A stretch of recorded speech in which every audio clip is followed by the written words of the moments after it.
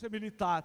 Eu cito isso como exemplo de que a questão é muito mais complexa do que nós pensarmos, de que este governo simplesmente pode ter um fôlego limitado. O que nós precisamos é fazer essa disputa das ideias, do que significa essa aliança do neoliberalismo para manter sua hegemonia com o fascismo e que resultou na eleição do Bolsonaro. E é com isso que eu gostaria de desejar uma boa reflexão, um bom painel e um bom debate logo após para todos nós. Muito obrigado. Cumprimentar a Virgínia e o Marcelo para a realização dessa atividade. Dizer que, para nós, da diretoria da FENAI, eu tenho certeza que falo em nome da diretoria, e principalmente aqui represento o presidente da FENAI, o Jair, que a gente precisa desses momentos de reflexão, e é prioridade para a nossa entidade estar de parceira desse tipo de momento que a gente está vivendo aqui hoje. Fizemos de tudo, eu acho que a FENAI, a Federação Nacional das Associações dos Empregados da Caixa, já é referência, né, na luta em defesa dos bancos públicos, contra a privatização das entidades públicas do Brasil. Inclusive, hoje eu faço 13 anos de Caixa. E a gente lutou a vida inteira, né, para defender a Caixa enquanto banco público, mas a pauta era uma pauta do passado. E agora volta a ser uma pauta que bate a nossa porta. E a gente fez de um tudo para que nós não chegássemos nessa conjuntura em que nós estamos aqui hoje, que é todo dia abrir jornal e ver notícias cada vez piores, né, em relação a nossas empresas. Então, a gente vai fazer de um tudo também nessa conjuntura para resistir. E esse tipo de atividade vem nesse sentido. A gente fazer uma boa de uma reflexão. Há pouco tempo nós estávamos lá em Natal, né, teve uma atividade também da FENAI com o GCE, Diálogos Capitais. Estava também a governadora do Rio Grande do Norte, Fátima Bezerra, isso mesmo, muito bom o debate. E, nesse sentido, eu acho que eu não vou aqui citar o GCE do lado dele. Em todas as minhas intervenções, eu tenho citado frases do GCE, porque tem me inspirado muito, me ajudado muito nas análises de conjuntura. Mas eles fizeram lá umas coisas muito importantes, inclusive críticas, que a gente também tem que fazer, para questões que, às vezes, faltaram, né, num período que a gente precisava, de repente, ter se preparado melhor para o que estava se desenhando, que é essa frente fascista que chegou no Brasil. Então, o recado é esse, agradecer a todos os presentes, para a gente aproveitar bastante essa oportunidade, debater bastante, aprender bastante com o professor Gessé, e que a gente está aí de parceiro para novas atividades, que é o momento de, quanto mais a gente analisar a conjuntura, melhor, para nos prepararmos para enfrentar essa conjuntura, e com certeza nós vamos sair vitoriosos. Obrigada. Obrigada. Obrigada, Raquel. Então, imediatamente, passamos a palavra para o nosso ilustre convidado, Gessé Souza, sociólogo, para a atividade Brasil, Raízes Sócio-Históricas e Econômicas, Conjuntura Atual e Perspectivas Futuras.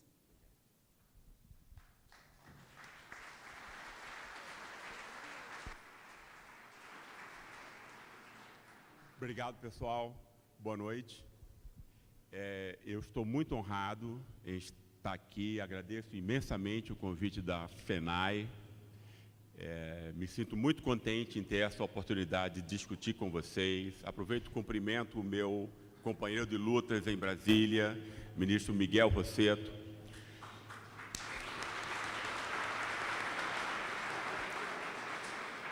E eu vou dividir a minha discussão hoje entre um aspecto que eu acho que é extremamente importante, que é de onde vem isso que a gente está passando agora. Isso, para mim, não é algo que começou ontem, não é algo que começou há 5 anos e não é algo que começou há 15 anos atrás. É algo que já comemora quase 100 anos. A mesma história. Tá?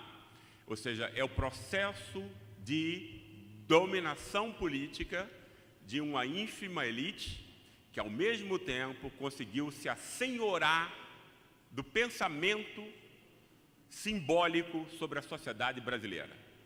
E ela contamina, obviamente, a direita, mas grande parte da esquerda. Né? Então, acho que essa é uma discussão importante que a gente faça. Né? É uma discussão que não pode demorar mais. porque as elites em todos os lugares, para, no fundo, se assenhorar do bolso, ou seja, do produto do trabalho de cada um, ela tem primeiro que colonizar a cabeça dos oprimidos, de quem ela oprime. E esse tipo de opressão que a gente está sofrendo agora atinge 99% dos brasileiros, sem nenhum exagero. Como isso foi possível, eu acho que é um ponto que a gente tem que discutir hoje, né? Isso tem a ver com ideias, né? E eu gostaria, na segunda parte, discutir um pouquinho essa questão da relação entre capitalismo financeiro e fascismo, tá? Que ele, obviamente, existe no mundo todo, mas ele está acontecendo aqui entre nós sobre uma forma especialmente insidiosa e muito pior do que em outros lugares, né? Eu acho que isso também necessita de uma discussão. Voltando ao primeiro ponto, eu não vou me adiantar muito, e eu não vou me alongar muito, aliás, porque eu acho que a coisa mais importante é a gente ter um espaço que a gente possa debater e discutir depois. Eu quero que a gente tenha esse espaço, né? De que modo, pessoal? De que modo a elite brasileira, a elite econômica, elite é quem tem dinheiro, tá? Primeiramente, a gente costuma imaginar, não, elite, não sei o quê. Não, elite é quem tem dinheiro. Por quê? A elite que tem dinheiro compra as outras elites. É isso que acontece. Não necessariamente com dinheiro, mas ela pode ser com prestígio, com espaço, com cargo público, salário, etc., né? Mas ela efetua esse processo. E ela, para se reproduzir no tempo, o desafio dela é retirar a inteligência de quem ela oprime, né? E manipulá-la a partir de cima. Eu acho que é extremamente importante que a gente faça essa discussão, porque ela não foi feita ainda entre nós, pelo menos da maneira abrangente como ela tem que ser realizada. Quando foi que o Brasil moderno, o Brasil do qual a gente está falando hoje em dia, nasceu, né? Ele não nasceu em 1500. Né? Eu diria que o Brasil moderno, efetivamente moderno, que é o que vai, enfim, comandar o nosso imaginário durante esses anos que nós estamos passando agora, ele nasce em 1930. E o Rio Grande do Sul tem um papel fundamental nisso, né? Ele nasce eventualmente um pouquinho antes, em São Paulo, na cidade de São Paulo, que já era uma grande metrópole industrial no começo do século XX, e no estado de São Paulo, onde tinha o quê? Onde tinha a elite mais importante, né? A elite que tinha o dinheiro. Que elite era essa? Era uma elite que vinha da escravidão, tinha inventado a República Velha, ou seja, eleições meramente formais, mantendo a mesma estrutura social, né? E que eles mantinham uma democracia, entre aspas, representativa, no qual jamais, em nenhuma eleição, mais do que 5% da população havia votado. Tá? Esse é um dos aspectos mais importantes, ou seja, o povo não pode votar. É uma democracia, né, de fachada, onde a soberania popular não tem voz, desde o início. E esse é um dos pontos fundamentais do projeto de poder dessa elite. O outro projeto de poder, o que é? É essa elite ter o Estado à sua disposição. Por que essa elite quer o Estado à sua disposição? Essa elite precisa do Estado para roubar. Quem rouba é a elite, primeiramente. Né? Ela rouba de que modo? Primeiro, ela assalta o orçamento público. Né? Rouba o orçamento público e faz o orçamento público pago pela população, hoje em dia pelos pobres, do seu banco particular. Sempre foi assim. Para isso ela precisa do Estado. Quando essa elite, que tinha já o agronegócio, né? E o agronegócio, você sabe como nasce num país como o nosso, né? Assassinato e roubo de terras. Essa é a origem histórica da classe dos grandes proprietários entre nós. o latifúndio é marcado, né, pelo roubo e pelo assassinato. Ainda hoje, acumulação primitiva de capital no Brasil. E as classes são formadas historicamente, ou seja, a nossa elite agrária é historicamente montada por isso. Por isso ela apoiou quem ela apoiou nessas últimas eleições. Já tinha também em São Paulo, isso é extremamente importante, né, uma elite de industriais, ligada já a uma fração financeira, exportadora e importadora. Essa era a elite que existia em São Paulo, que já mandava no país como um todo, porque era a elite que tinha mais dinheiro, que tinha mais poder. Extremamente importante nisso, né? Antes de 1930, as frações dessa elite, ou seja, financeira, comercial de um lado, agrária de outro, industrial no meio, elas vão ter um tipo de relação que vai ser muito peculiar. Isso eu aprendi fazendo esse meu último livro, A Classe Média no Espelho, né? Recapturando, enfim, a história dessa classe entre nós. Existe um aspecto extremamente importante para o nosso desenvolvimento, ou para os entraves para o nosso desenvolvimento, que é o fato de que, nessa configuração de proprietários, a fração industrial, veja bem, que era que ganhava mais dinheiro nessa época já, ela vai ser a menos importante, a menos representativa, e vai ser aquela que não vai representar os seus interesses de longo prazo. Se vocês pensarem em todos os países que a gente admira no mundo, eles foram construídos a partir de dois pilares. Educação para a maioria da população, por um lado, e não como a gente faz, né? Educação de vanguarda para 20% e nada para o restante. Né? No país como a Alemanha, como a França, como a Inglaterra, como a Suécia, o conhecimento de vanguarda é assegurado para 80%, 90% da população. Primeiro ponto extremamente importante, né? Que é assim que você mantém a escravidão. A escravidão no mundo moderno, ela não vai ser montada a partir do ponto de vista apenas racial, né? Não é na maternidade que você vai separar o branco, dizer que ele vai ser senhor, e o negro que ele vai ser escravo, né? Não é assim mais, né? Embora, claro, haja uma amálgama entre raça e classe num país como o nosso, que tanto maltratou, enganou e assassinou negros entre nós, né? Esse desprezo ao escravo, que é o núcleo de todo escravismo, porque o sistema econômico, ele nunca é só econômico. Ele não é só para explorar o outro. Ele tem que juntar no mesmo ponto, e de modo talvez inclusive mais importante, a humilhação do outro, o desprezo do outro, o ódio do outro, né? O ódio que vai sendo cevado a cada dia, não é isso? Por isso a gente não vem de Portugal, pessoal. Nós somos filhos do escravismo.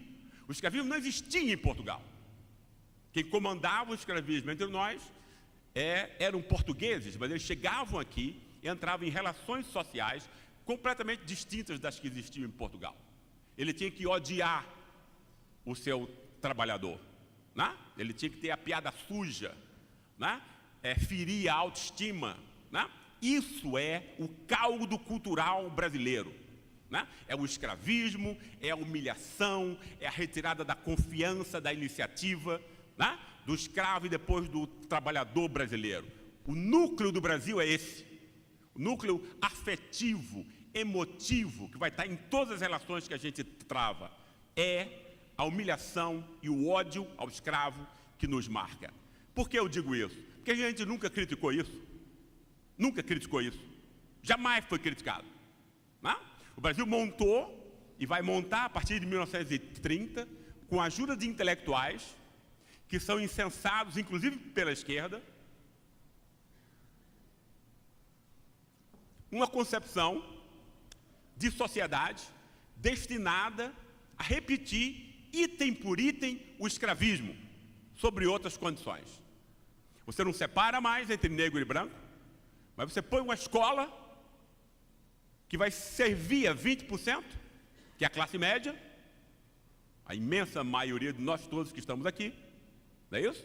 E uma diferença abismal em relação às classes populares, né? Montada no ódio ao pobre. Se a gente não entende isso, não entende o Brasil. Para a gente organizar o mundo em pensamento, a gente tem que separar o que é principal e o que é secundário. E não existe nada mais importante para entender o Brasil do que o ódio ao escravo antes e o ódio ao pobre hoje em dia. Isso hierarquiza todas as outras questões. A gente nunca criticou isso, inclusive, a gente sequer teve consciência disso, né? Os nossos pensadores, e a gente pensa hoje em dia, ninguém aqui tem ideia própria. O indivíduo não cria ideia. O indivíduo não cria as emoções que ele vai sentir. Não cria a concepção de mundo que ele vai seguir. O seu comportamento, quer ele saiba ou não, normalmente ele não sabe, né? É comandado por ideias. Porque a gente não é abelha, não é formiga e não recebe isso no seu DNA, né? A gente é pensado por ideias, no fundo, não é isso? Que nos comanda o que a gente sente, o nosso afeto, as nossas emoções e o que a gente vai pensar depois, sobre nós mesmos e sobre os outros, né? As ideias não ficam nos livros. As ideias não ficam nas estantes. As ideias vão sair dos livros, se ligar aos interesses econômicos e políticos de certas elites e vão penetrar cada músculo do nosso corpo, cada gota do nosso sangue e vai dominar o nosso comportamento.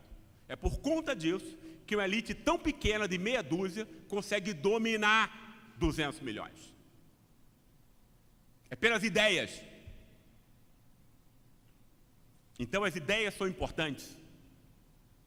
Então, antes de qualquer ação política, qualquer comportamento, é necessário esclarecer e estabelecer a luta entre as ideias.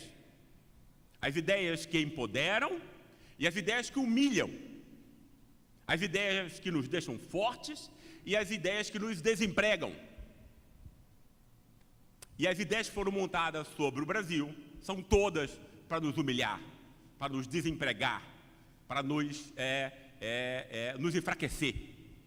Isso foi criado pela cabeça e pela vontade do que a gente chama hoje em dia dos nossos maiores intelectuais.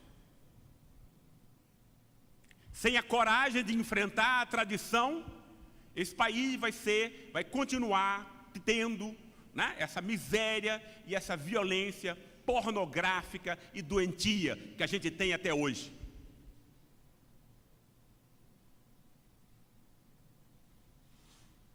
Como ela se constrói? Como essas ideias se montam?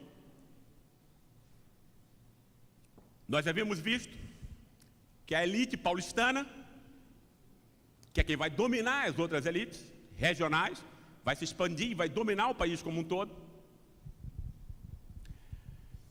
Ela tinha o poder político, ou seja, tinha o Estado ali como seu banco para roubar. Tinha o Estado para ter o juiz que vai assinar qualquer coisa que esse pessoal mandar, como acontece hoje. E a polícia para matar os seus inimigos.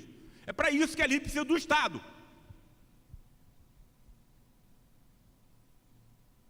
E esse Estado foi tomado dessa elite, a mais importante, por Getúlio Vargas, vindo aqui do Rio Grande do Sul, num acordo entre elites subalternas, mas com apoio da classe média.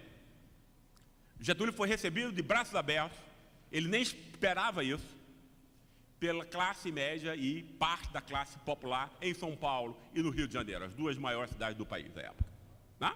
Deu legitimidade, como todo mundo sabia que as eleições eram para inglês ver, era bico de pena, quase ninguém votava e mesmo assim tinha fraude. Aquela coisa popular foi, né, digamos assim, o beneplácito da soberania popular possível naquela época, né? Essa elite de São Paulo sentiu o golpe, né? Tentou uma reviravolta militar, perdeu. Isso é cantado hoje em dia em todas as escolas de São Paulo como uma luta da democracia e da Constituição, imagine, né? Contra a ditadura. Aprendi com o meu amigo Marcelo agora que também a Revolução Farroupilha é muito semelhante a isso, né? E assassinou negros covardemente, como as outras elites regionais sempre o fizeram. E o Brasil era isso. O Brasil até 1930 não existia sequer uma concepção do que era o Brasil. O Brasil não existia enquanto entidade. Não? O Brasil era um amontoado de potentados regionais. O Rio Grande do Sul era muito importante. São Paulo, Pernambuco, Bahia, Pará. Mas não existia ideia sequer do Brasil. Em 1930, não existia uma ideia do que era Brasil. Não existia um mercado interligado. As regiões eram praticamente autônomas. Sem isso, a gente não compreende como é que o Brasil se forma. Nessa época, quando a elite paulista perde militarmente, ela vai pensar o quê? Ela vai pensar a ideia de longo prazo, diabolicamente inteligente. Quem pensa a longo prazo age de modo inteligente. Como remontar, criar uma ideia sobre o que é o Brasil. E essa ideia, ela está em firme eficiência até hoje entre nós.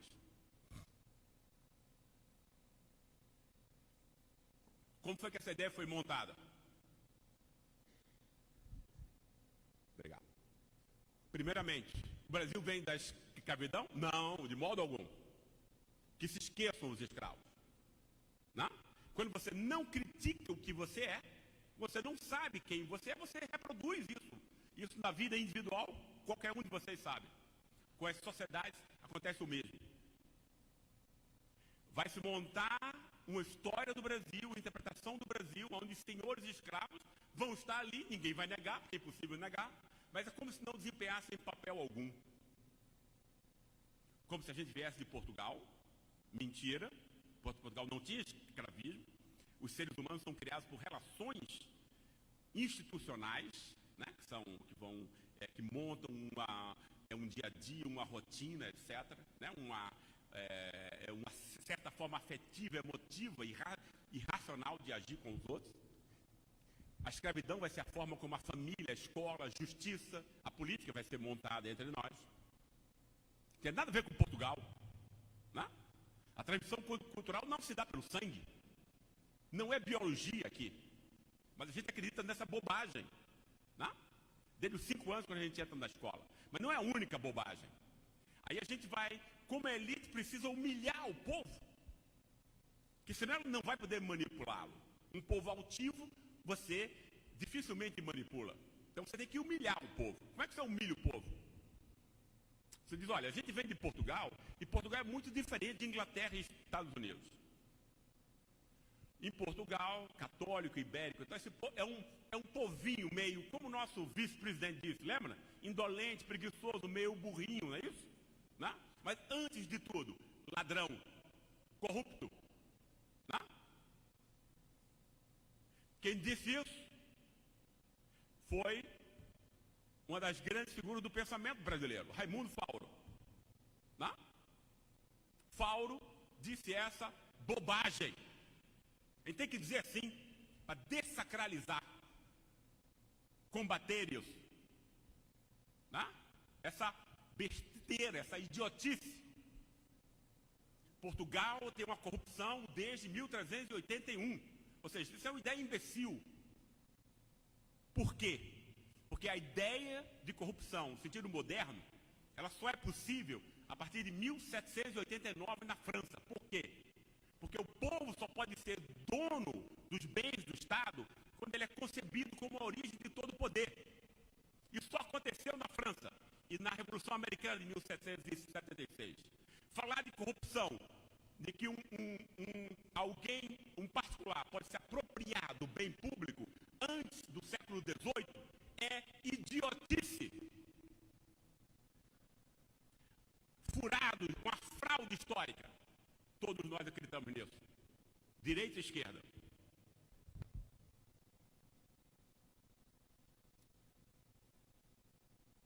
Isso vai ser parte da história, da forma como nós todos vamos nos compreender. Parou por aí? Não, não parou por aí. Nós todos somos ladrões e corruptos, segundo essa leitura. Mas, por algum milagre, o pessoal só vai ser corrupto no Estado. Olha que coisa incrível, né? O povo inteiro de corrupto vem de Portugal, um bando de ladrão, só vai roubar no Estado. Né? Mercado não. Mercado é trabalho honesto, produtividade, né? Uma coisa linda, só tem virtude. Ideia do patrimonialismo.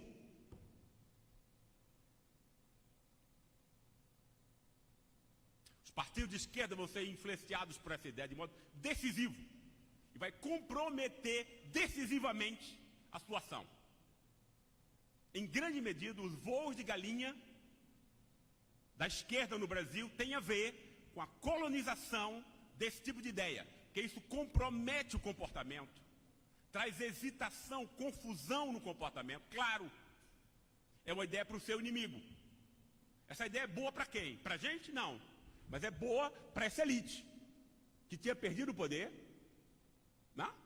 E agora o seu roubo é invisibilizado. O mercado nem rouba. Os proprietários não roubam. Eles dão emprego, dão trabalho honesto, não é isso? São um paraíso, modelo. Lembra o acelera? Não é isso? Isso que é o mercado entre nós. Não? Foi uma ideia construída. Aqui entre nós ela é mais importante que em qualquer outro lugar.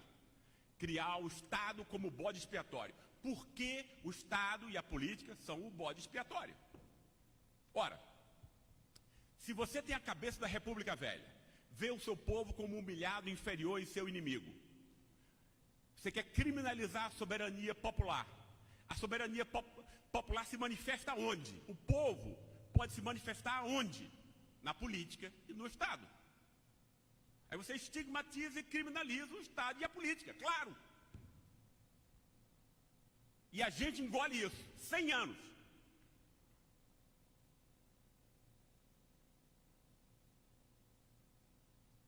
Essa elite montou uma universidade para isso. Já tinha imprensa, sempre foi dela, para distribuir essas interpretações que enfraquecem, nos tornam hesitantes. Mas a imprensa só distribui ideias. Era preciso construir ideias. Né? A USP foi construída com dinheiro dessa elite de São Paulo. Terreno é da família dos Mesquita. E a USP vai ser o modelo para todas as outras universidades. Ou seja, você vai montar a classe média, montar a elite, segundo essas ideias. E esses caras vão tirar a onda de que eles são críticos. Não é uma postura defensiva de quem é conservador num país pornograficamente desigual como o nosso. Não, ele tira a onda de quem é crítico.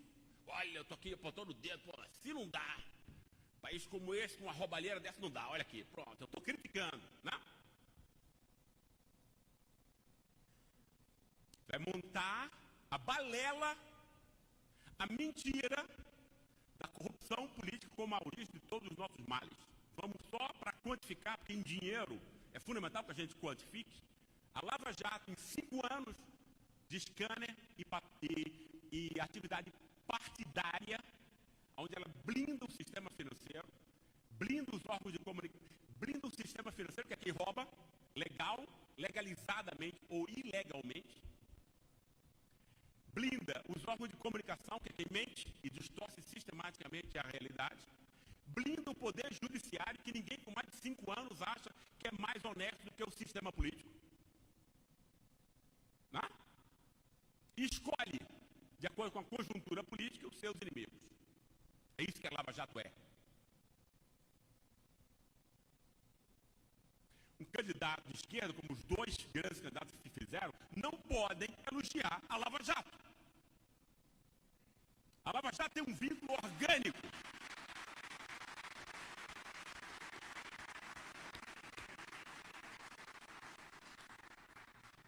Se você quer esclarecer por que a população população tinha ficado mais pobre, que era essa a questão que estava em jogo. Você tem que mostrar que a Lava Jato tem um vínculo orgânico. Não existe o assalto financeiro sem a Lava Jato. A Lava Jato joga toda a luz, toda a atenção para ela, para a palhaçada e o teatro que ela é, e a gente não vê o que está acontecendo do outro lado, que é efetivamente quem tira a chance de vida, desemprega, humilha, empobrece. Que a população não sabe. Não sabe porque tem uma mídia canalha. Mas a esquerda não pode fazer aliança com isso. A Lava Jato, nos últimos 5 anos, recuperou menos de $1 bilhão. Menos de $1 bilhão. Vamos só ver a quantidade da sonegação, que é abertamente ilegal, de impostos, que só meia dúzia dos ricos fazem, que são $500 bilhões. Quem não olha para uma corrupção que é 500 vezes mais do que outra, foi feito de imbecil.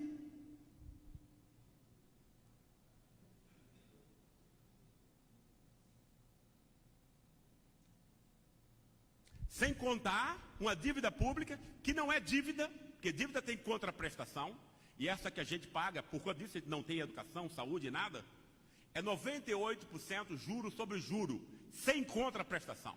Ela não é pública, está cheia de falcatrua privada, roubalheira, por isso que ninguém audita. E a dívida só aumenta, porque é um mecanismo do capital financeiro assaltar a sociedade como um todo. É basicamente isso. Capitalismo financeiro é montado na fraude aberta. Os juros que a gente paga aqui, segundo dados do Banco Central, de juros, chega a R$1 trilhão, são escorchantes. Não existe em lugar nenhum do mundo disso. Um país como a França, que tem um juro médio, é 11 vezes menor. Isso, pessoal, está nesse relógio que a gente compra, nessa água, nesse copo, na roupa que a gente usa, embutido, juros escorchantes que faz uma transferência gigantesca de recursos de toda a população para meia dúzia de rentistas, nacionais e internacionais. Isso é o roubo, o assalto, que é imperceptível, ninguém fala e que desemprega e nos deixa pobres. Isso é legitimado de quê? Quando você diz que o mercado não é ladrão, né? Patrimonialismo significa isso, né? A outra ideia foi criada também em São Paulo, também na USP, de um cara que foi secretário-geral do Partido dos Trabalhadores, Francisco Verfort. Populismo. Sabe, pegou essa ideia do Gino Germani, da Argentina, para explicar o quê? O povo, como é que a classe trabalhadora não cria uma consciência de classe, essas loucuras, né? Eu conheço uma classe que tem consciência de classe, é a elite. Toma uísque junto, se casa junto.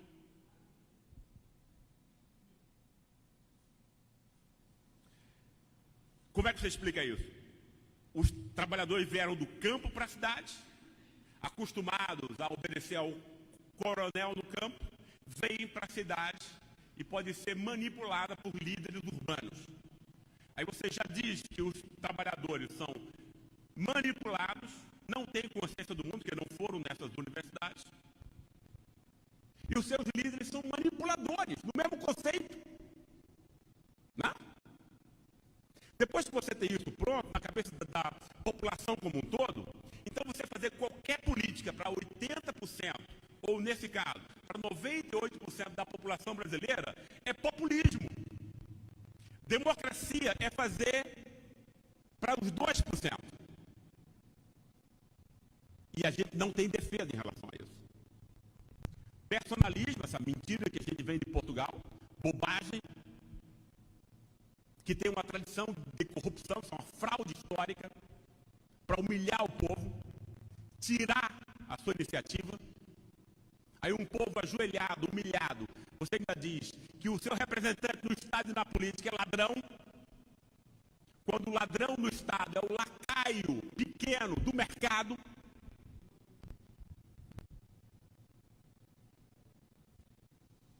depois você diz que o povo não sabe votar, não tem consciência e os seus líderes são manipuladores. Essas três ideias são as ideias mais importantes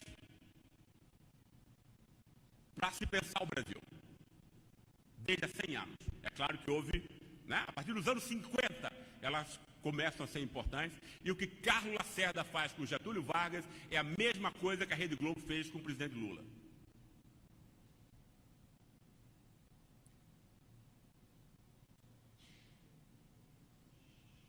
Nós somos dominados por isso, e a esquerda é dominada também por essa interpretação.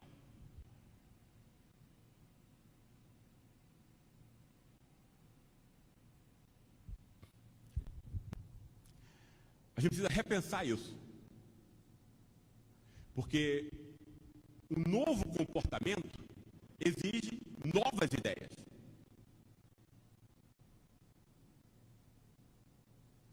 A gente tende a achar, né, arrogantemente, não, agora eu estou compreendendo tudo. Não, não está. Que as outras situações vão se pôr de um outro modo e você vai fazer a mesma besteira que você sempre fez antes. Tem que pensar articuladamente um novo modo de compreender esse país e quais são as questões importantes nele. No núcleo desse país está a continuação da escravidão.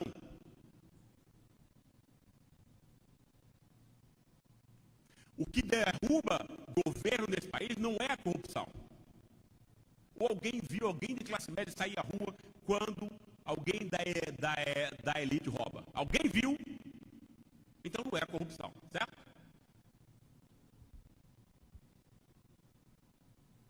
Se não é a corrupção, o que é? Que diabo foi que Getúlio Vargas, Jango, Lula e Dilma fizeram para terem provocado os golpes de Estado? Diminuir a distância entre as classes. Esse é o crime.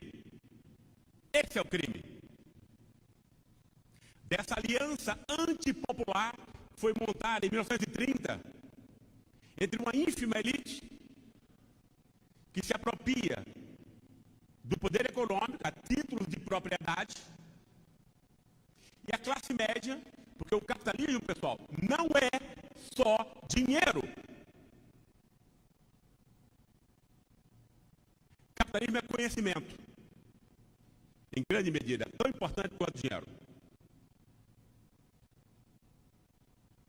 E a classe que vai se apropriar do conhecimento considerado legítimo, valorizado, universitário, línguas estrangeiras, é a classe média, real. A renda média não é classe média, isso é uma ideia louca, maluca. Não? Classe não é renda, classe é reprodução de privilégios.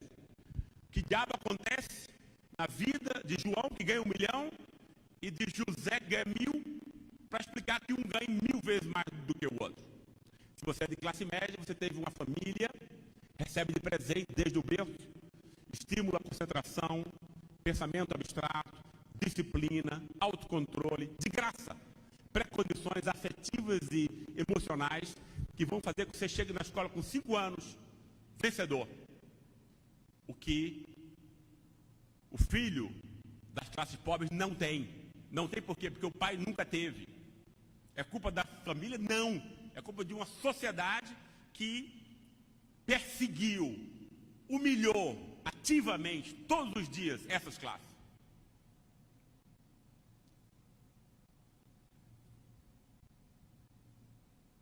E aí esse cara ainda compra o tempo livre do filho, para poder só estudar. Aí esse cara, canalhamente, vai dizer como adulto que é mérito dele. Legal, né? É isso que é a classe média entre nós. 20% de privilegiados. Mas aí é uma coisa muito canalha, no sentido empírico do termo, ou seja, segundo a religião cristã, que é a base da nossa moralidade, a gente não percebe a moral, só percebe dinheiro e poder. Mas é a base da moralidade, ou seja, da culpa, do ressentimento, dessas coisas, dessas emoções morais que a gente sente, a base dela, hoje em dia, de um modo secular, é toda do cristianismo. E o que o cristianismo diz é que o mal enquanto tal, ou seja, a canalice enquanto tal, é o ódio covarde ao frágil. É isso que a nossa elite, a classe média, tem em relação ao seu próprio povo. É como se fossem belgas europeizados, se sentindo superior ao povo, querendo humilhá-lo e explorá-lo. O Congo.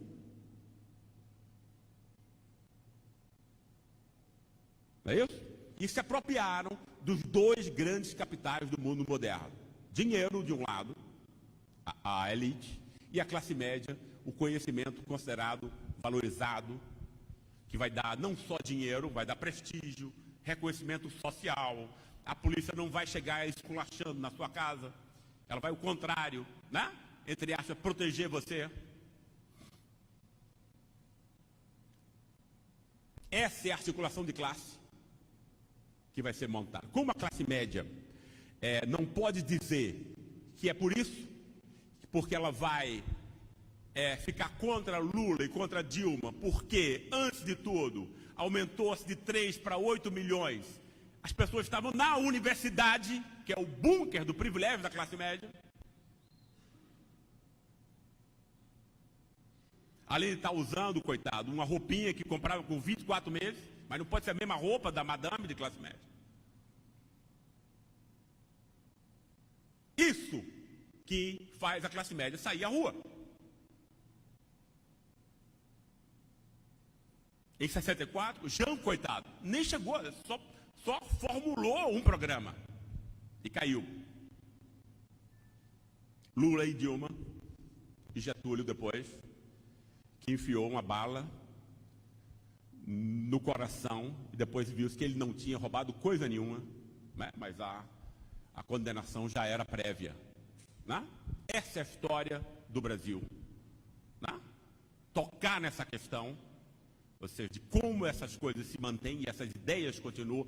E aí, como a classe média não pode assumir como discurso público, agora pode, que a gente está chegando à beira do precipício moral e político. Mas antes ela não podia assumir que era raiva do pobre. Não quero que esse cara chegue à escola. A escola dele não pode ser boa. Né? Não pode comer iogurte. Não pode se alimentar, não pode ter a roupa que eu tenho. Não pode ir para o shopping center que eu uso.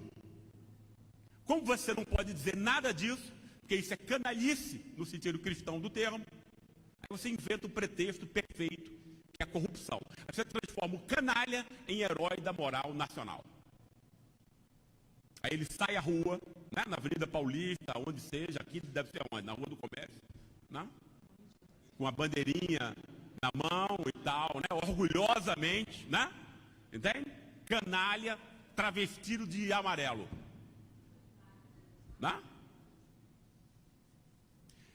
Vamos tocar um pouquinho só no capitalismo financeiro e no fascismo.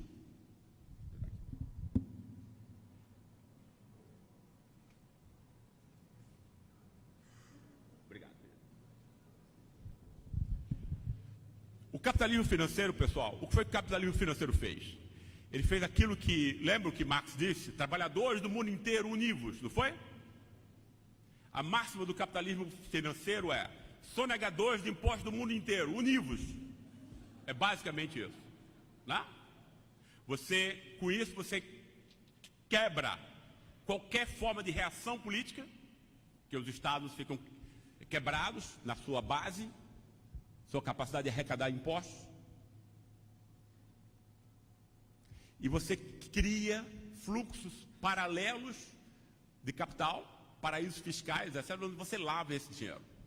Se você está na elite financeira, ninguém acha isso um crime, etc. Né? O capital financeiro está se montando de um modo tão diabolicamente inteligente como a elite paulista, que hoje em dia ninguém fica pensando dessa origem regional, porque ela dominou todas as outras elites no Brasil inteiro. Foi montado desde os anos 80, né, para quebrar qualquer vínculo associativo dos trabalhadores. Os sindicatos, antes de tudo, mas também qualquer vínculo associativo, partidos, associações, etc. Né? Deixar o indivíduo isolado. O indivíduo isolado, ele não tem defesa. Né? É esse indivíduo, depois você diz a ele que ele não é mais empregado seu. Ele é um colaborador seu, um empresário de si mesmo, companheiro seu empresário. Eu vi isso várias vezes nas minhas entrevistas. Né? Eu fiz entrevistas com o que eu chamei de batalhadores. Esse pessoal trabalha 13, 14 horas ao dia. E não vem um patrão, coitado, né? Porque deve ao banco, o banco é impessoal. Você monta uma forma, né? Você isola, retira a defesa, isso num contexto de uma imprensa que vai distorcer o mundo, né? E que depois, quando isso obviamente chega em formas onde a concentração de riquezas está tanto na mão de meia dúzia, que você tem desemprego massivo, você tem empobrecimento massivo, e uma ideologia já está montada aí para dizer o quê? Olha, se você não se deu bem, a culpa é sua. Não? No meu livro sobre a classe média agora, eu entrevistei, pessoal, vários engenheiros, que eu consegui encontrar vários, imagine quantos tem, ex-engenheiros da Petrobras, que se tornaram motoristas de Uber. No caso, não sei se foi uma casa, imagino que não, né?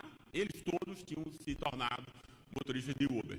E eu perguntava para eles, ao que o senhor acha que é a causa disso, desse seu descenso, da sua tragédia pessoal?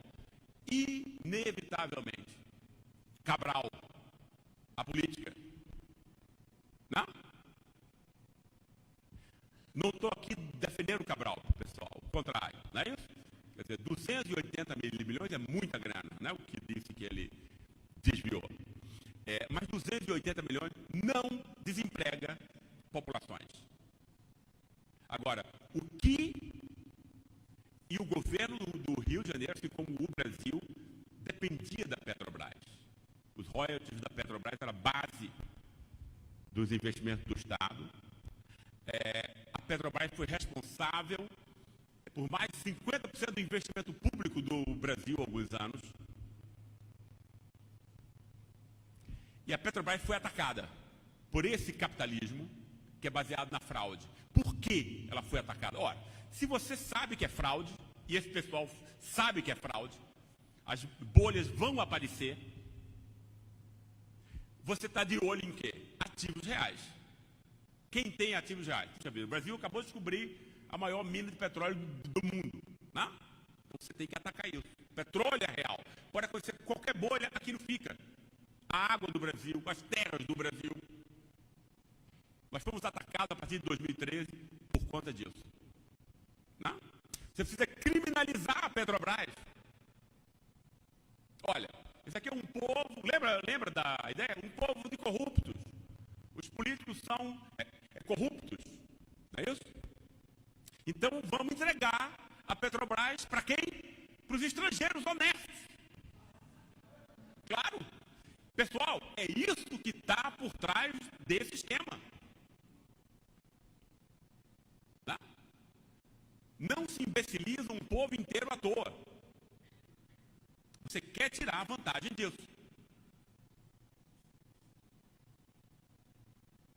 Agora, a Petrobras, que antes de servir no governo Dilma para educar gerações de brasileiros pobres, está sendo repartido entre meia dúzia de uma elite subordinada, subalterna, que é a elite da rapina, como a elite escravocrata era. Porque a gente nunca teve, inclusive, sequer uma fração industrial do capital autônoma. Essa era a história que eu iria contar e eu terminei não contando, que entrei em outro atalho. Em todo o país, ou seja, o tema da educação e da indústria, né? Um país como o nosso, com 200 milhões, tem que ter indústria forte, senão você não vai empregar as pessoas. A indústria é mais racional do que as outras frações do capital. Por quê? Porque os seus interesses de longo prazo são compartilháveis com a sociedade como um todo. Vocês pensaram num cara genial como Henry Ford, que explorava os trabalhadores do modo, né? Enfim, exigia muita disciplina, mas pagava salários decentes, quando ninguém no mundo pagava. Para quê? Porque o cara comprasse o Ford T que ele produzia. Ele produzia em série, milhares, milhões, precisava ter gente para comprar. Né? O industrial inteligente sabe que o trabalhador tem que ganhar um salário decente, se ele não tem mercado. Né? Compare isso com a nossa elite agrária. Os assassinos e ladrões de terras. O que é isso? É verdade histórica. Que vende lá fora para euro e dólar. Qual é o compromisso, a responsabilidade que essa elite tem com o restante da sociedade? Se o país estiver miserável ou não, ele recebe a mesma coisa. Aliás, se estiver miserável, ele compra ativos de modo barato. Ele tem interesse na miséria. A mesma coisa com a fração financeira. Se acabar aqui, vai acabar a Turquia ou outros países. Né? Essa é a nossa elite. Por quê? Porque a gente nunca teve uma fração industrial do capital com autonomia. Por quê? Porque, isso aprendi nesse livro da classe média também, né? Os aprendizados históricos dessa classe, né? Foi uma classe criada entre nós no começo do século XX, em São Paulo, localizadamente. Eram todos estrangeiros, Matarazzo, Crespi, Weissflog, Klabin, etc. Tinham mais interesse nos países de origem do que nos países que os haviam enriquecido. Nunca peitou o arranjo agrário e financeiro, como em todos os outros países que deram certo. Tinha muito dinheiro, poderia ter peitado, nunca peitou. Nunca foi uma classe que impusesse, apesar de ter a grana para isso, o poder para isso, os seus interesses sobre as outras frações. Ao contrário, se subordinou à fração agrária, casava os seus filhos com os filhos dos grandes fazendeiros. Por conta disso, a industrialização entre nós vai se dar sempre por interposta pessoa, o Estado primeiro, pelas multinacionais depois. As elites que nos dominam são elites da rapina. Quero o meu agora, curto prazo. Nosso desenvolvimento histórico explica isso. A esquerda sempre ansiou, né, em alguma forma de acordo com essa fração industrial, que nunca foi autônoma. Nunca teve independência. Nunca teve um projeto próprio.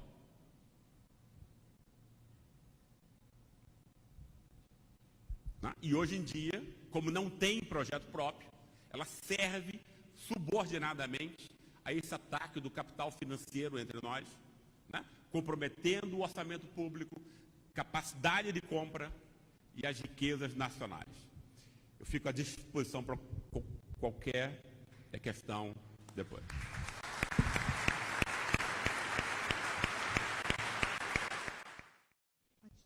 Boa noite a todos e todas, camaradas.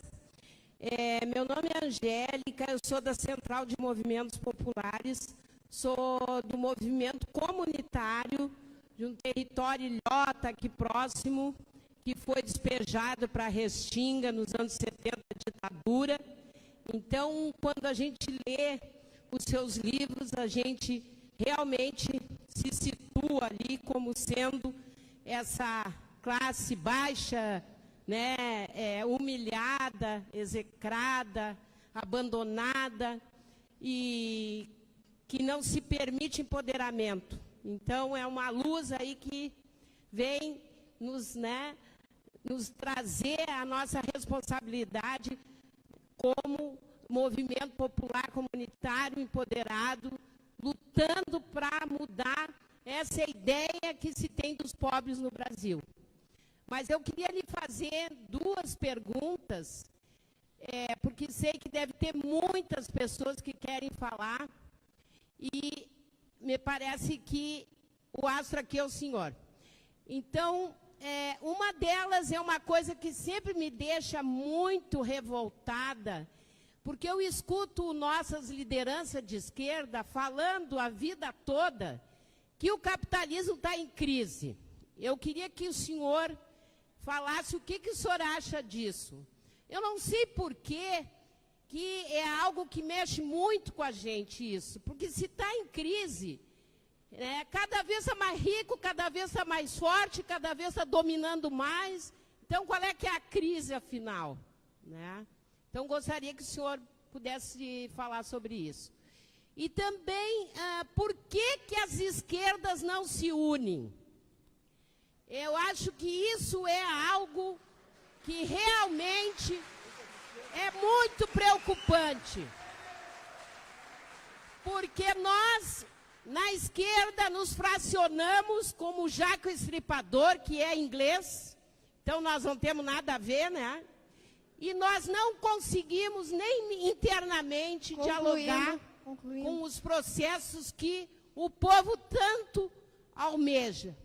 Então, espero que o senhor, dentro da sua sabedoria, possa entender uma vileira, né, que não é formada em academias, mas que luta, né, por um mundo melhor. Obrigada.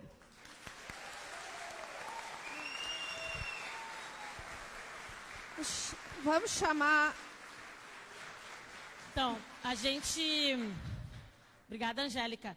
A gente vai fazer, só para explicar, né? A gente vai fazer 5 perguntas agora, vamos passar para ele para responder 20 minutos. Se der tempo, a gente abre um outro bloco, aí a gente avalia. Aí a Suelen já tinha me passado o nome dela, e aí mais os 3 que estão ali, e aí a próxima, a sexta, já fica pré-escrita para o próximo bloco, pode ser? Beleza, então.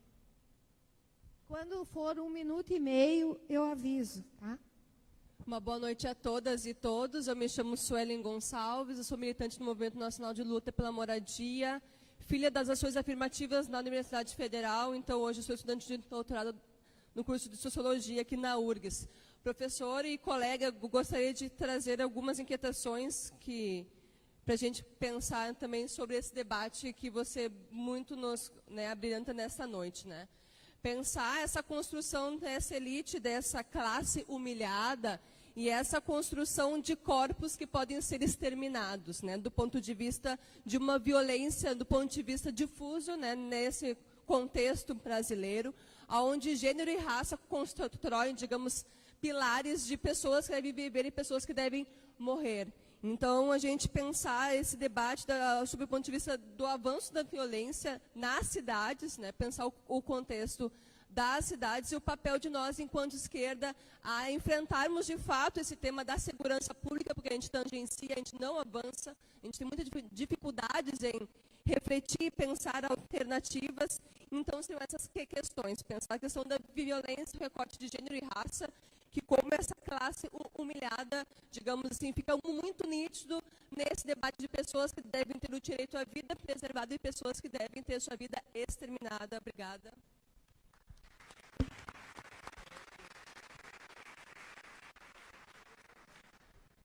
As pessoas se apresentem antes de falar, para o pessoal conhecer quem é. Olá, professor.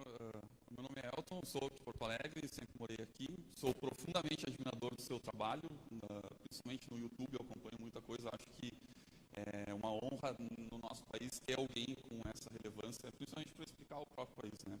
E a minha pergunta tem a ver com isso, tem a ver com o papel da esquerda num escopo de tempo e espaço de hoje, né? Nos livros do senhor e no próprio cartaz fala em Brasil, né?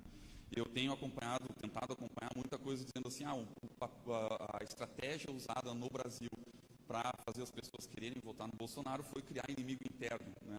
O Trump fala em inimigo interno. Então, existe uma exacerbação da ideia de fronteira e a ideia de que o escopo dos problemas é nacional, né? Enquanto que alguns explicadores disso argumentam que a elite da rapina é internacional, né? Então, explorado, seja aqui, seja em outro país, não tem condições de compreender isso, ele fica uma vítima perfeita das pessoas que surgem com o inimigo interno, seja o estrangeiro, seja a minoria, seja o pobre, no caso do Brasil, e tudo isso que a gente já sabe muito bem. A outra questão é uma questão do tempo, né? Se a gente pegar, por exemplo, alguma experiência de esquerda que possa ser considerada parcialmente bem-sucedida, a Revolução Russa, né? A gente vê que naquele momento existia uma classe explorada e o mecanismo disso foi contraposto por um ideal revolucionário que tinha um apelo para essas pessoas. E parece que hoje a esquerda não teve o apelo que poderia ter, porque a eleição, mostrou que isso não aconteceu. Então, assim, hoje, como que a esquerda deveria agir, porque é necessário fazer alguma coisa, de forma inteligente no Brasil atual? Qual o senhor acha que deveria ser a ação que faça sentido dentro das teorias que o senhor tem desenvolvido? Que ação, como convencer, como cativar as pessoas que não estão mais sendo cativadas por um discurso de esquerda que talvez esteja deslocado e talvez esteja anacrônico hoje, né? Obrigado.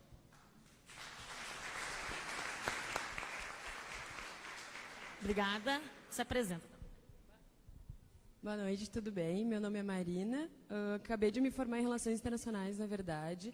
Então, minha pergunta vai um pouco mais para esse lado, de que, durante o teu estudo, tu conseguiu enxergar a influência das elites transnacionais, na realidade, influenciando as elites brasileiras. Eu acho que, durante a universidade, não tive muito tempo de pesquisar as nossas elites, e eu acho que isso é realmente o meu próximo passo, mas de que maneira essa elite transnacional, a elite dos Estados Unidos, uma elite europeia, até que ponto eles têm uma influência sobre as nossas elites, sobre as nossas ideais, e sobre a maneira com que nossas elites funcionam. Até como tu falou, das diferentes tipos da nossa elite, então, qual é a nossa elite que se comunica com a elite lá de fora e qual é a elite que realmente só responde, né? Na verdade, era mais uma curiosidade nesse sentido. Muito obrigada.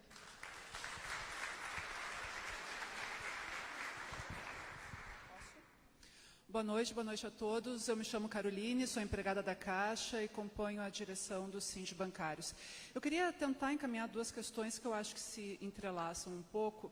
A primeira é sobre a relevância ou não da reconstrução do centro político nesse momento, dado que nós temos desafios importantes, nós sabemos da dureza do período, mas também da eventual possibilidade de explorar rupturas nesse governo e resistir efetivamente a ataques importantes na Previdência, nos direitos trabalhistas, nas privatizações. Então, a relevância disso e o papel da esquerda, sobretudo da centro-esquerda, nesse processo. E a outra questão é qual é o pacto social possível, ainda que a gente trabalhe com um conceito mais frouxo de pacto social, mas pensando especialmente naquela formulação que se fez em 2002, com os derrotados do neoliberalismo dos anos 90. Militares, nacionalistas, um setor produtivo que estava esgoelepado, uma classe média, um funcionalismo, que ao longo do período se esfacelou, mas é possível retomar ou é um outro pacto que nós teríamos a possibilidade de trabalhar? Nós vamos abrir mais uma pergunta, porque foram 6 pessoas, então a gente pode fazer a pergunta, a gente encerra esse bloco com essas 6 perguntas, ele responde por 20 minutos e aí a gente abre mais algumas questões para a reta final. Boa noite, Gessé. Eu sou Neiva Lazarotto, sou professora da rede estadual, estou aqui representando a Intersindical. Eu estou orgulhosa porque estão junto comigo companheiras e companheiros que adquiriram a elite do atraso, a minha diretora da escola e na escola também vários colegas já adquiriram e leram. Mas assim, tu falaste muito como eles montam, como eles montaram o projeto, como eles montaram a ideia, como eles montam, me chamou isso. E o uso da ideia e da universidade. Então, como educadora das classes populares, né, nós somos da escola estadual, temos estudantes de mais de 30 bairros diferentes, a maioria negros. Isso para nós é uma riqueza, é um orgulho que eles estejam no ensino médio. esses jovens, essas jovens negras, e queremos que eles cheguem à universidade, né? Vamos ter que resistir para que eles possam chegar lá, porque querem desmontar os processos que foram criados de acesso. Mas eles vieram com um processo de ataque violento à universidade e às ideias. Uma semana antes das eleições, com os projetos da Mordaça. E nós estamos resistindo. Acho que essa é uma das tarefas nossas. Essa semana, mais uma vez, lá os nossos guerreiros do PSOL, do PT, né, lá na comissão especial conseguiram impedir a votação. Então, acho que essa é uma das grandes tarefas, falo isso, porque tem aqui muitas lideranças sociais, em especial os bancários, mas muitos lutadores e agentes políticos, é resistir para que eles não controlem as nossas ideias. Mordaça não, liberdade de pensamento, preservar a universidade, preservar a escola pública. E a outra questão que eu queria dizer, falando que eu vi muita ansiedade das outras questões, a esquerda. Eu acho que a esquerda está fazendo um esforço de se unificar. Um minuto e meio, concluo. Por exemplo, ontem a Berna, está aqui o Miguel e outros companheiros conhecem, a Berna representou a Fundação Lauro Campos no encontro das fundações dos partidos. Já é o segundo encontro do PT, do PCdoB, do PSB, do PDT e não me lembro quem mais. Então é um esforço de manter a unidade, vai ter que ter unidade parlamentar e vai ter que ter unidade de ação nossa nas ruas para enfrentar o Bolsonaro e o seu projeto, para que eles não capturem mais do que eles já nos tiraram. É um esforço. Agora, a esquerda vai ter que ter lado. Não pode confiar na elite do atraso, fazer pactos com eles. Nós temos que fazer o que fez a Venezuela, com todos os seus problemas. Maduro ganhou a maioria das prefeituras agora no domingo passado. Alguma coisa explica a disputa ideológica feita lá. Obrigada, Neiva. Vamos passar, então, para o Gessé fazer a intervenção dele de 20 minutos. Eu vou até começar pela questão do nosso amigo aqui, o terceiro que veio, porque eu terminei esquecendo e não falando, né, do que eu acho que foi o caldo político do fascismo, do fascismo, do neofascismo hoje em dia, não é isso? E do fascismo entre nós. Porque isso é extremamente importante, né? Nessas entrevistas que eu fiz, quer dizer, eu conversava muito com a minha mulher sempre, quando eu voltava desses trabalhos de campo, e eu não sabia ainda eu não tinha ideia da tamanha alcance que antes das eleições, quer dizer, 6, 7 meses antes das eleições, que a mensagem fascista tinha entre nós. Confesso a vocês, eu achava, quer dizer, eu fui também surpreendido. A base do que eu pude perceber, a partir dos relatos individuais que eu estava fazendo, o que eram pessoas que haviam empobrecido nos últimos anos, né? Eu lembro de um agente imobiliário no Rio de Janeiro, que eu reproduzo no livro, que ganhou uma grana no período petista, e que depois, a partir de 2015, quando o boom imobiliário no Rio decresce, ele perde o emprego, né? Ele tem umas outras desventuras individuais, o que sobra para ele é para ele comprar 2 carros de luxo, dirigir um e terceirizar o outro, né? E esse cara está com raiva e frustrado. Isso é a história, a pré-história que explica o que a gente passou nessas últimas eleições, eu acho. Esse cara frustrado, com raiva, que ele não sabe de quê. Obviamente tem uma imprensa que está dizendo ele o tempo todo que é a corrupção do Estado, é a política, ou seja, criminalizar a política, não? Ele tem do outro lado a pregação do mercado, que também está em todos os lugares, está em todas as propagandas, dizendo que ele tem todas as chances, basta que ele queira, e que se ele fracassa, a culpa é dele. Não? Põe esse drama na cabeça de alguém. Foi isso que eu tentei fazer, para compreender. Não? Ora, se você como você não tem a inteligência do que está acontecendo, que é complexo, né? E as pessoas normalmente não têm essa inteligência, né? Quer dizer, a sociedade, o funcionamento dela é muito complexo, né? A maior parte das pessoas que estudam a sociedade não a compreendem adequadamente, inclusive. Quer dizer, imagina o leigo, ele recebe da imprensa, né? Mais do que a universidade, a escola, a imprensa é fundamental. A gente não tem imprensa, pessoal, né? Imprensa é diversidade de opiniões. A gente nunca teve isso aqui. A gente sequer tem um padrão de comparação, né? A democracia não é o voto só, é o voto consciente. E você só pode formar a sua consciência se você tem pelo menos duas opiniões contrárias, para que você possa ter a sua. Isso jamais aconteceu entre nós. É uma imprensa de uma opinião só, como vocês sabem. Não é isso? Quer dizer, é apenas uma visão de mundo. Esse cara, então, não tem a inteligência do que aconteceu para ele. Ele tem duas opções aí. Ou ele aceita, né?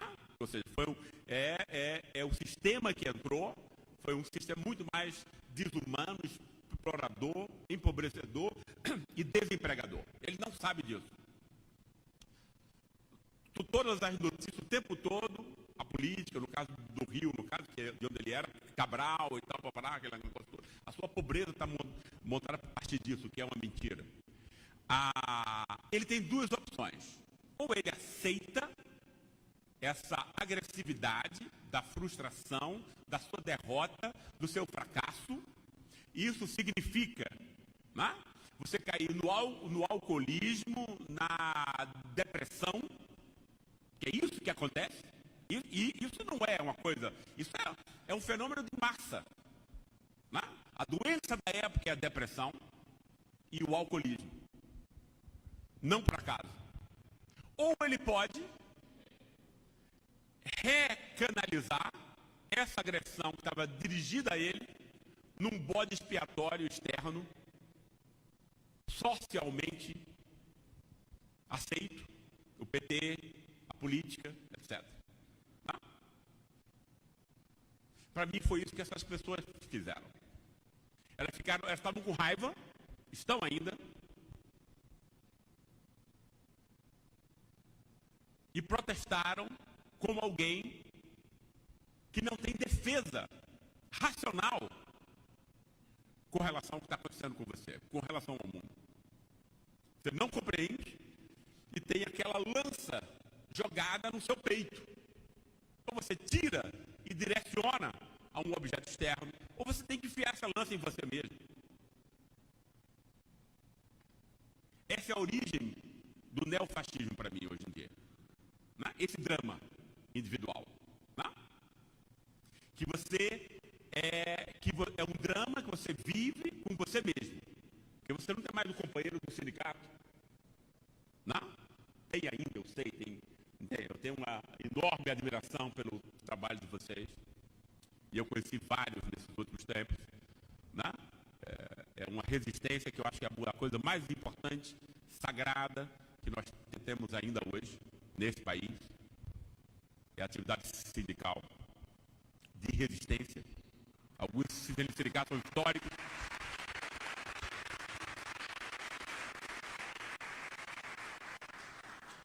Mas a maior parte não tem, como vocês sabem. E aí você está sozinho. Né? Só com o seu drama. O drama foi construído pelo seu inimigo. O que o pessoal deveria ter sabido, e esse eu acho que foi um erro da esquerda. Tá? Eu tenho certeza, pessoal, que se o presidente Lula estivesse lá, ele teria sabido o que fazer e o que dizer. Eu tenho certeza disso. Tá? Pela inteligência emocional, pelo animal político sofisticado que ele é. Ele teria sabido dialogar com o povo e compreendido que o que ele teria que dizer era porque o povo tinha ficado mais pobre e como vencer a pobreza. Não foi isso que foi feito. esse povo estava sentindo isso com essa lança. E eu estou falando da classe média aí. As condições do povo são muito piores. Não? Eu estudei os muito pobres também, pessoal. 4 anos de minha vida, que eu não conhecia.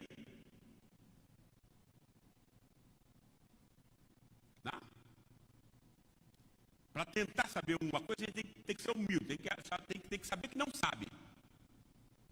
E uma coisa que eu aprendi estudando os muito pobres é que, como sempre, a elite e quem domina precisa o quê? Precisa dividir quem ela oprime. Porque é muito mais numeroso, é muito mais gente. Se tiver unido, se tiver solidário, não tem como você oprimir. Mas os pobres entre nós, né? Os novos escravos, que são na maior parte negros ou escuros, mas é um processo de classe que os deixa nessa posição, a inadaptidão escolar, porque o que o capitalismo explora no trabalhador é o conhecimento incorporado no trabalhador e não a sua energia muscular, como o escravismo. E essa classe, que é quase 40% entre nós, é a que sai analfabeto funcional e não vai sequer competir no mercado de trabalho competitivo. Ele vai vender, como o escravo fazia, a sua energia muscular, como o animal faz. Quer dizer, o animal não vende, mas enfim, ele é explorado do mesmo modo.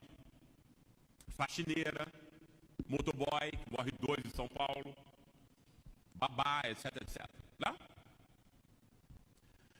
Explorado pela classe média. Não é isso? A classe média rouba o tempo dessa classe e a condena, portanto, à miséria eterna. E investe o tempo economizado em curso, outro emprego, etc, etc. Tá? Luta de classe é isso também. E os muito pobres não são só pobres, pessoal.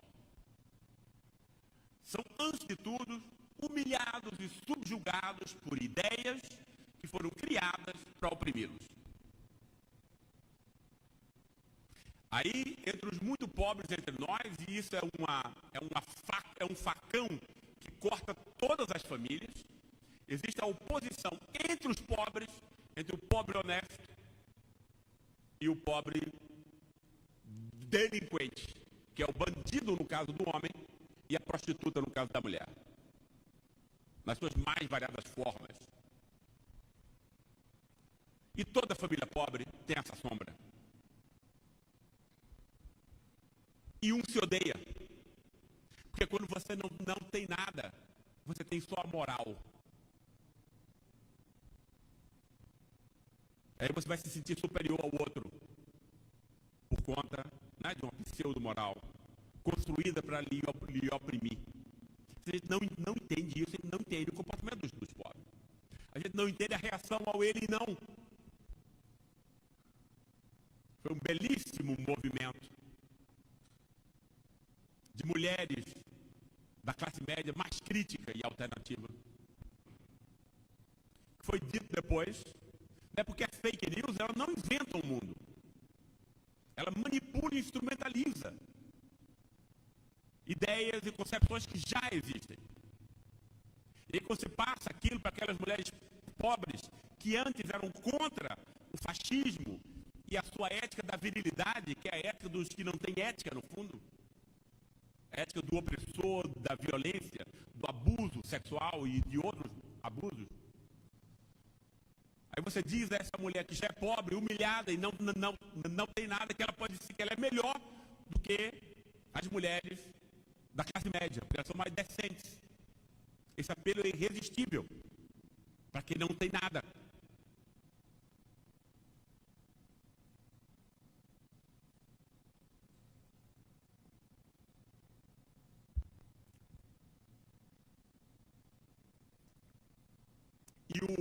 E o pobre,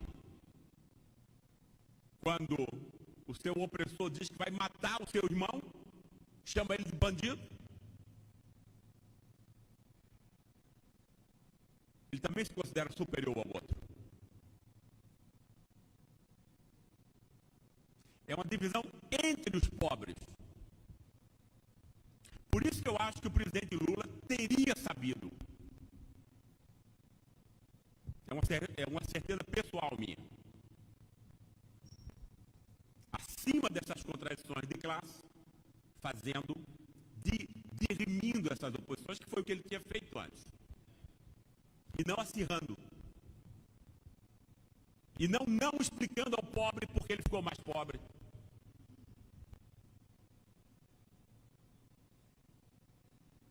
E jogando um quadro de uma visão moral da classe média incompreensível para os pobres.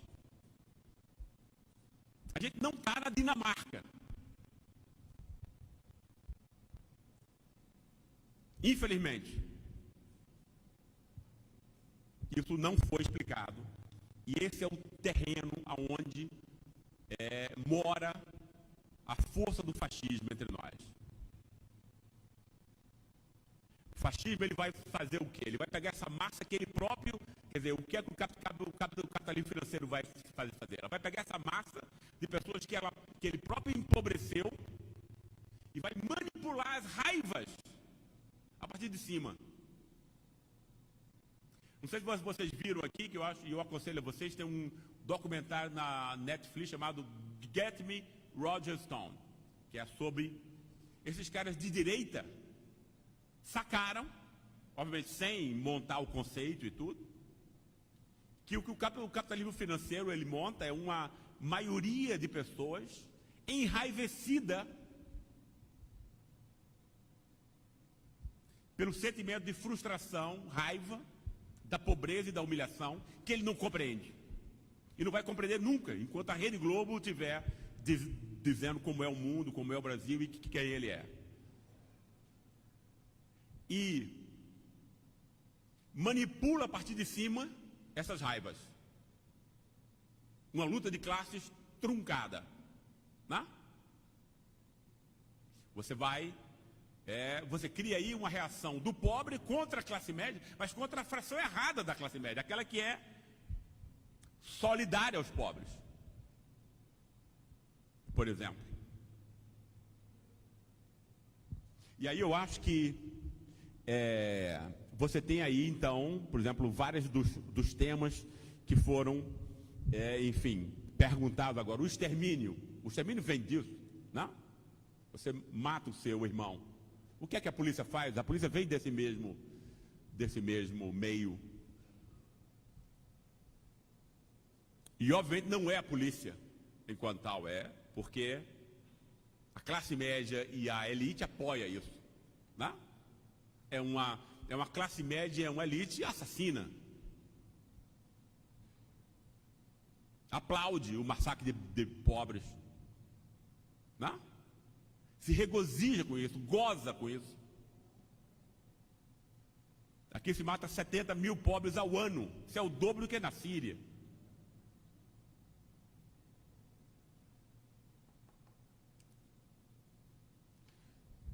Mas quer dizer, e você ainda tem um ponto que também foi obra do capitalismo financeiro, que é não só dividir os pobres e jogar um contra o outro, mas também dividir as esquerdas. Foi o que o capitalismo financeiro fez. O pessoal não é imbecil. São diabolicamente inteligentes. Eles se vendem como emancipação. Né? Como é que ele consegue isso? Ele pega uma luta justa, inatacável, por exemplo, das chamadas minorias perseguidas, mulheres, gays, negros, e isola da luta por redistribuição de riqueza e poder, que havia marcado as lutas das classes trabalhadoras nos últimos 200 anos. Você separa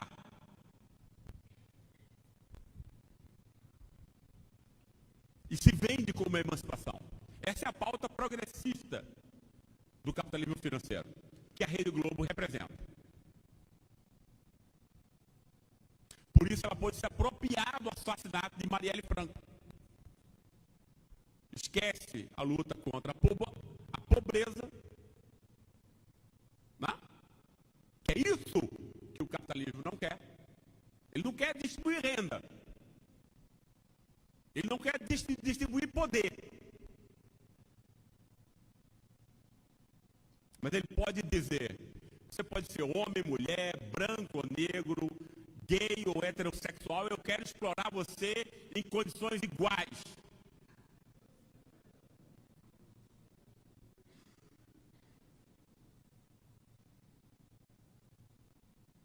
E funcionou. E funciona. Você separa o que é inseparável.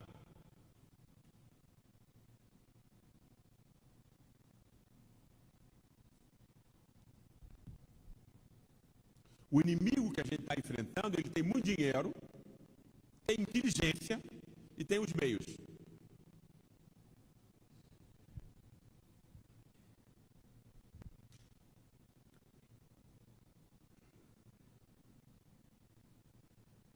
É, um pouco isso.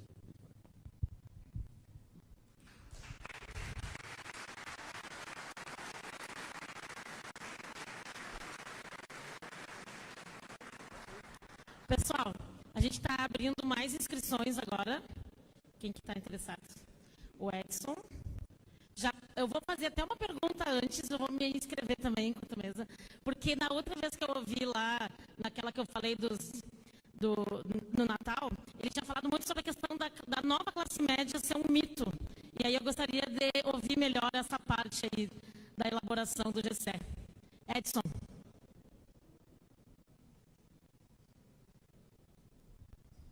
Boa noite a todas e todos. Meu nome é Edson, eu sou dirigente dessa casa e sou professor de História. E gostaria de, primeiramente, parabenizar a comissão organizadora, as pessoas da Virgínia e do Marcelo, cumprimentar a mesa, e especialmente ao GCE. Na verdade, não é um questionamento. Eu gostaria de que o GCE falasse mais um pouco de como essa forma de opressão... Meu nome é Paulo Quero, sou geólogo da Petrobras. A minha pergunta se refere mais quando eu comecei a ler os seus livros, me tornei fã, então, A Elite do Atraso, e fala dos mitos brasileiros, né? Mitologia criada a partir da USP de São Paulo. E eu me lembro, até foi meu filho que me passou um livro, sabe, chamado do Tietê, Tejo, Sena, a obra de Paulo Prado. Tá? E nesse livro fica bem claro que a origem dessa mitologia, me pareceu, que vem dessa confecção do Paulo Prado, tá? Da concepção do Paulo Prado, do tio dele, ainda da época do Império, circulando. E eu achei interessante que tu nunca chegou a mencionar nisso, esse livro aí, essa possibilidade. Eu não sei se chegou a considerar isso. Tá? Então, bom, de resto eu não... Eu só gostaria do autógrafo do seu. Até mais, os dois livros aí. Ele vai no final ele vai ter... Próxima pergunta? É a última inscrita? Tem mais? Ah, sim. Pessoal, no final ele vai autografar os livros de quem tem aí, que adquiriu, tá? Boa noite a todos, eu sou a Raquel de Pelotas, sou do Sindicato dos Bancários de lá. A minha pergunta é a seguinte, nós falamos muito assim que os meios de produção não são nossos, né? Nós somos a mão de obra desses meios e nós consumimos, né, tudo que nós consumimos vem dos meios de produção, né, da elite. Seria muito utópico nós pensarmos, né, os nossos meios de produção. Nós temos produtos, por exemplo, oriundos do MST, né, de assentamentos, né, de reforma agrária. Nós temos produtos de todas as áreas, né, que nós poderíamos dizer que são os nossos meios de produção. E hoje nós nos dispomos a pagar muito para um produto de um meio de produção da elite, né? Nós nos dispomos a pagar caro por alimentos que nós consideramos que nos transmitem que são de qualidade e, na verdade, não são. E quando a gente fala em consumir alimentos orgânicos, por exemplo, a gente diz que é muito caro, e não é. Então, a nossa inversão de valores, né, é muito profunda, e eu gostaria de saber se seria muito utópico nós pensarmos nisso, né, em cooperativas de crédito, em meios de produção nossos, e consumirmos até como forma de resistência e de sobrevivência, né, de quem produz dessa forma.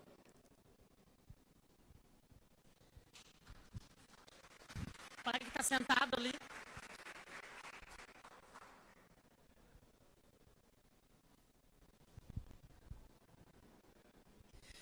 Meu nome é Igor Pereira, eu sou funcionário da URGS, da Universidade Federal do Rio Grande do Sul. Nós ainda estamos fazendo uma reflexão coletiva para tentar identificar a placa do caminhão que nos atropelou. Então, vamos recapitular. 2012, Dilma decide peitar os bancos. Ela fala em discurso que é inaceitável que o Brasil seja a maior taxa de juros do mundo, e a partir daí começa uma política de incentivo à indústria nacional. E, coincidentemente, ou não, surge 2013, onde ela, depois de manifestações bastante difíceis de uma compreensão, de uma interpretação, ela perde a popularidade e passa a haver toda uma contraofensiva que vai culminar com o que a gente já sabe. Então, tu comentaste da questão do perfil da classe industrial brasileira, mas gostaria que tu aprofundasse essa questão, assim. E, finalmente, retomando a pergunta que foi feita anteriormente, assim, não havendo uma fração industrial com um projeto nacional de desenvolvimento, qual é o caminho e qual é o projeto nacional de desenvolvimento possível a partir disso, né, pela esquerda, enfim, tal. Qual é o que fazer? A grande pergunta que Lenin já propunha. Último inscrito? Você? Último inscrito.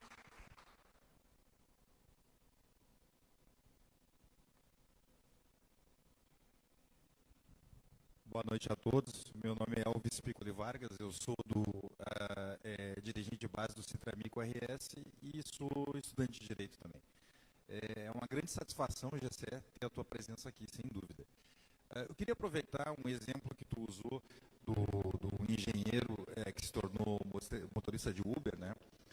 Porque eu trabalho na empresa de gás do Estado e eu vi que alguns colegas nossos, engenheiros, também tiveram a posição de ser pró-fascismo, enfim, votar no Bolsonaro. E aí eu me lembro de um conceito que eu aprendi na faculdade sobre pós-verdade, não é? A significância que tu dá para aquele objeto, aquela situação é muito maior, muito mais importante para ti do que a realidade fática. E a minha pergunta vai nesse sentido. Para que a sociedade saia desse torpor que ela está vivendo, nós vamos ter que passar por mais restrições, ou seja, essa retirada de direitos ela vai ter que avançar mais ainda, ou existe alguma outra metodologia que a gente possa conseguir fazer com que as pessoas acordem para esse momento? Obrigado. Obrigada. Pessoal, agora nós vamos até às 9h20. A gente vai passar agora para o Gessé, para ele responder esse segundo bloco e já fazer o seu encaminhamento final. E depois o Juberley vai fazer um encerramento para a gente. Tá bom? Obrigada. Veja bem, pessoal. A primeira questão é sobre a classe média, a nova classe média, né? Que foi efetivamente uma decisão muito infeliz. Deixe-me dizer um pouquinho o que é que eu acho disso. Eu acho que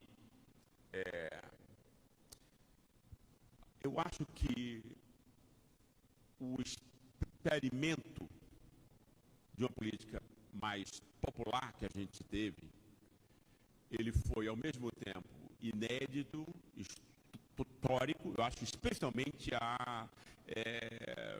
enfim, se teve uma atenção pela primeira vez na história a esses marginalizados, como nunca houve antes. O público de um Getúlio Vargas, por exemplo, pessoal, era o público era o trabalhador urbano. Era a classe trabalhadora. Ninguém nunca tinha olhado os marginalizados, os abandonados, os humilhados. Isso eu acho que foi, enfim, o grande feito do governo petista. E do presidente Lula como maior líder popular desse país. Na história, para mim. Dito isso, eu acho que a gente tem que aprender algumas coisas. Tá? Eu acho que a esquerda caiu, antes de tudo, por conta dos seus próprios erros.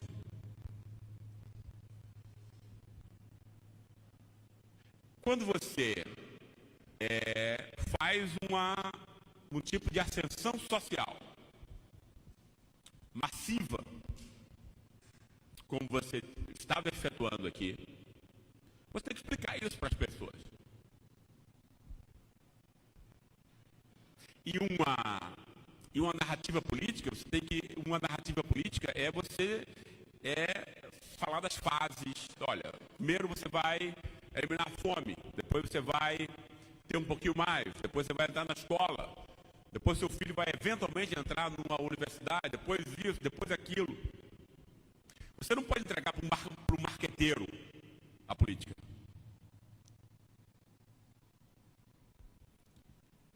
Você não pode dizer para as pessoas que eram pobres e continuaram pobres, elas passaram de marginalizado para a classe trabalhadora precária. Num país como o nosso, isso é histórico.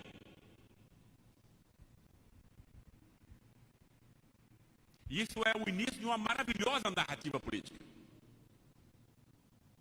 E você pode dizer, eventualmente, se a gente continuar assim, em 50 anos, a gente vai ser um país decente. Maioria de classe média. Não foi isso que foi feito. Foi dito, a renda média aqui, desse pessoal, que é trabalhador precário, é classe média. Primeiro, isso é mentira. Classe não é renda. Esse pessoal não é classe média. Mentira. Você não vai longe com a mentira. Depois, para ser delicado, não foi inteligente.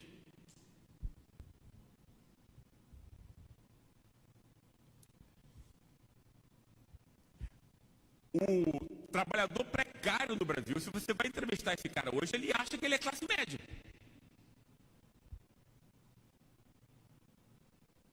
E o pobre é o marginalizado. E a classe média, que é muito pior, acha que é elite. Esse é o resultado. Não? Pior é impossível. Não? Porque aí é aquele negócio. Quando você diz que você quer taxar os ricos, aí o cara que tem um Jeep Renegade acha que você está conversando com ele. Isso é real, pessoal. A gente está brincando. Eu fiz a piada, mas é infelizmente verdade. Não? Quem foi construir essa história? Hã? A propaganda do PT.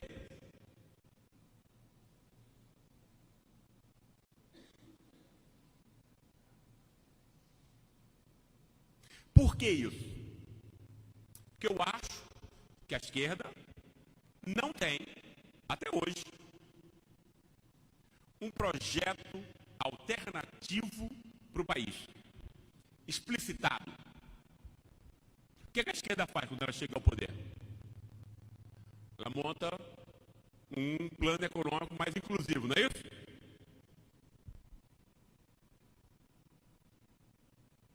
Aí depois arma os seus inimigos no Estado, não é isso?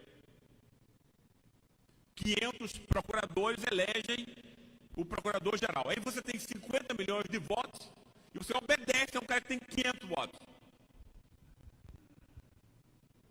Não? Percebe isso? Como é que você acha que mudando a economia, por alguma mágica, as pessoas vão compreender que o mundo é outra coisa e quais são os interesses dela. Isso nunca aconteceu em lugar nenhum. O seu inimigo vai dominar no seu lugar, porque os seres humanos seguem ideias. E elas têm que ser claras, começo, meio e fim. E ela tem que ser totalizadora. Tem que mostrar o vínculo, o encadeamento de todas as questões. Você pode fazer isso de modo mais simplificado, mas você tem que fazer.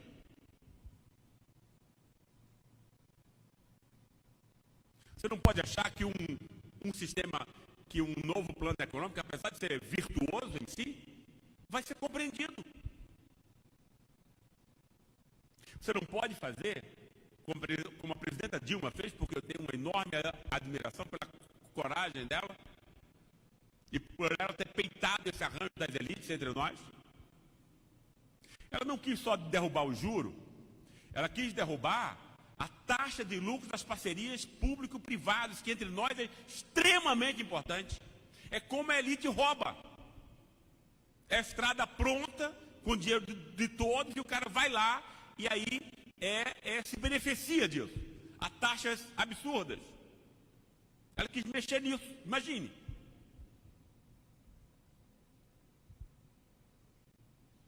Isso é o certo? Isso não só é o certo, como é digno dos maiores elogios, e é extremamente corajoso. Ela jogou o seu futuro nisso. Agora, você não pode deixar que a Rede Globo explique isso para a população.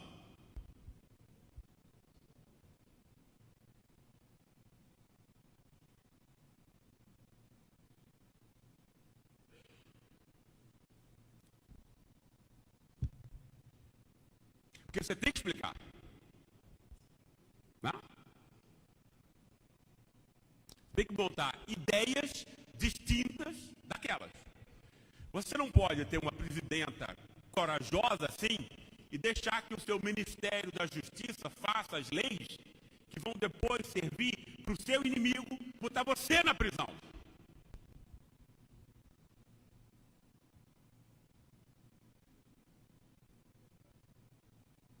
Por quê? Porque você foi colonizado pelo tema do patrimonialismo. Você acredita nessa bobagem.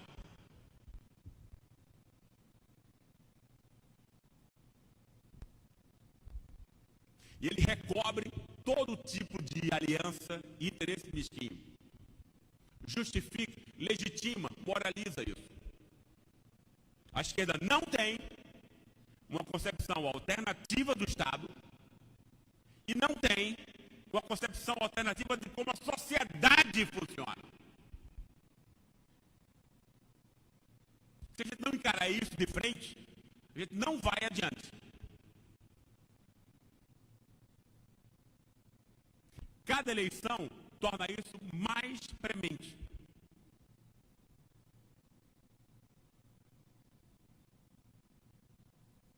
Primeiramente, tem que perceber o mundo de um modo diferente do seu inimigo. Senão ele mata você. E eu não acho aqui que você não tenha que fazer pactos com frações importantes. Não acho isso. Não?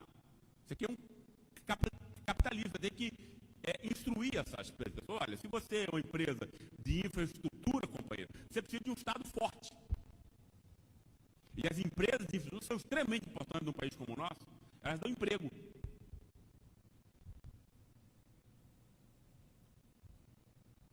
Agora, você tem que saber para quê. Não? Você tem que fazer uma carta aos brasileiros dizendo que você vai respeitar os lucros da elite, os juros especialmente. Mas você pode endurecer o pescoço com o tempo para que daqui a 5 anos o seu encontro e o seu compromisso seja de outro tipo. Você só tem isso, só tem essa perspectiva de tempo quando você pensa diferente do seu inimigo. Senão você acha que acordos conjunturais vão resolver tudo, ao sabor da conjuntura. Isso não é verdade.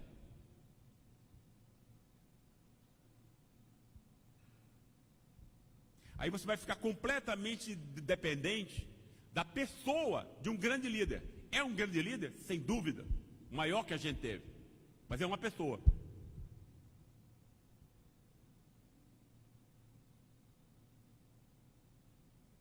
Não é uma ideia articulada. Não é uma ideia que vai ter, independente das fragilidades humanas, da morte,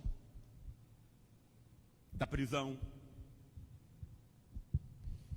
E eu acho que esse é o grande desafio que a gente está de frente da gente. Porque todo desafio de construir algo novo esbarra em quê? Esbarra na arrogância. Você achar que sabe. Quando você não sabe. Eu acho que tem uma diferença grande que eu aprendi na minha vida entre ambição e arrogância. A ambição não tem nada a ver com arrogância. Se você quiser fazer coisas de valores, você pode ser ambicioso, mas aí você vai ter que ser humilde. Saber o que você não sabe. Entende? Não sei. Aí aprende. Agora, se você acha que sabe, companheiro, você não vai aprender nunca. Eu acho que essa é a nossa principal desafio, né? Essa arrogância de quem acha que já sabe, que já está montado no cavalo, quando não está. E eu acho também que o principal debate que a gente tem que montar é o debate da corrupção. Porque isso está na cabeça há 100 anos de todo brasileiro. Tem que aceitar o debate. Desconstruí-lo, invertê-lo. É possível e é o único meio.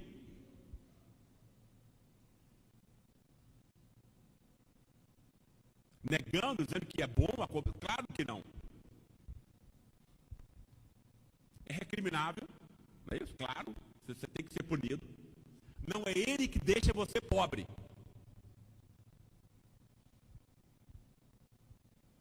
Você foi feito de imbecil.